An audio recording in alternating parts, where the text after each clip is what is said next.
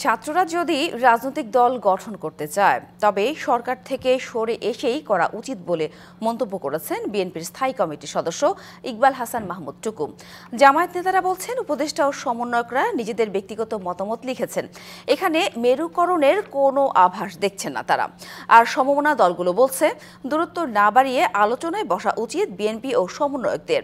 রাজনৈতিক বিশ্লেষকরা বলছেন সরকারের থেকেই যদি নির্বাচনে যেতে চায় তাহলে শেখ হাসিনার মডেল চলে আসবে। নির্বাচন, সরকার ও রাজনৈতিক দল গঠন প্রসঙ্গে বিএনপির সঙ্গে অন্তর্বর্তী সরকার ও বৈষম্য বিরোধীরা রীতিমতো মুখোমুখি অবস্থানে, এমনটাই আলোচিত হচ্ছে কোনো কোনো মহলে। সম্প্রতি বিএনপির মহাসচিব মন্তব্য করেন, বেশ কিছু বিষয়ে অন্তর্বর্তীকালীন সরকার নিরপেক্ষতা পালন করতে পারছে না। বেশ কিছু বিষয়ে অন্তর্বর্তীকালীন সরকার নিরপেক্ষতা পালন করতে পারছে না।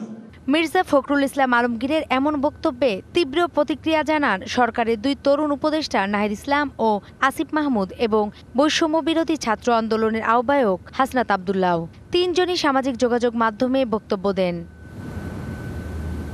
মির্জা ফখরুল ইসলাম আলমগীরের বক্তব্যে সমর্থন দিয়ে বিএনপির স্থায়ী কমিটির সদস্য ইকবাল হাসান মাহমুদ টুকু বলেছেন, সরকারে থেকে নয়, পদত্যাগ করে দল গঠন করুক তারা। সেই সরকারের মধ্যে থেকে উপদেষ্টা হয়ে তারা যদি দল গঠন করে এবং সেই দল গঠন করে যদি নির্বাচনে যায়, তাহলে তো আমাদেরকে চিন্তা করতে হবে যে একটা নির্বাচনকালীন সরকার দরকার। কেননা এখানে তো পক্ষপাতী তো অটোমেটিক্যালি চলে আসবে, যেটার জন্য আমরা লড়াই করলাম 16 বছর, যে একটা সুষ্ঠু নির্বাচনের জন্য, সেই নির্বাচন থাকলো না। ম্যাজিক হার্বাল টুথপেস্ট দূর করে দুর্গন্ধ সৃষ্টিকারী দাঁতের সমস্যা। দেখাও তোমার ম্যাজিক। এদিকে উপদেষ্টাদের ব্যক্তিগত ফেসবুক পেজের বক্তব্য গুরুত্ব দিতে নারাজ জামাত নেতারা। বলছেন দেশকে ফ্যাসিবাদ মুক্ত করতে সবাই ঐক্যবদ্ধ। এই ধরনের অনেক বক্তব্য এর আগে অনেকেই দিয়েছেন, অনেক রাজনৈতিক দলও বলেছেন একজন আরেকজনের বিরুদ্ধে, কিন্তু দেশকে ফ্যাসিবাদ মুক্ত করার ক্ষেত্রে মূল পয়েন্টে সবাই একমত আছেন। আর সমমনা দলগুলো বলছেন আলোচনার টেবিলে বসে সমাধান বের করা জরুরি। আমি এটাকে একটা গভীর সংকট মনে করি।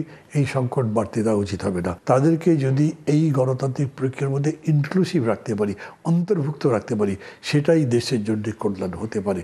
আর সমন্বয়করা বলছেন বিএনপির কাছ থেকে এমন মন্তব্য কাম্য নয়। শুধুমাত্র পাওয়ার গেইন করার জন্য একটা কথা বলে ফেলা, ভেবেচিন্তে না বলা, তার মতো একজন বিজ্ঞ রাজনীতিবিদ আর একটা কথার এফেক্ট বাংলাদেশে অনেক বেশি। আমার মনে হয় যে এখনো এই রকমের বক্তব্য দেওয়ার জন্য পারফেক্ট সময় বাংলাদেশে আসেনি। এমন পরিস্থিতিতে রাজনৈতিক বিশ্লেষকরা বলছেন নির্বাচনের প্রতিদ্বন্দ্বী ও কর্তৃপক্ষ একই হতে পারে না। যারা নির্বাচন পরিচালনা করবে সেটা যেন শেখ হাসিনার মডেলের নির্বাচন না হয়, এবং শেখ হাসিনা মডেলের নির্বাচন না হওয়ার জন্য প্রধান শর্ত হলো নির্বাচনের প্রতিদ্বন্দ্বিতাকারী এবং নির্বাচন পরিচালনাকারী একই কর্তৃপক্ষ হবে না। সরকারে থেকে রাজনৈতিক দল গঠন করলে শেখ হাসিনার নির্বাচনী মডেল আবারও চলে আসবে বলেও মনে করেন তিনি।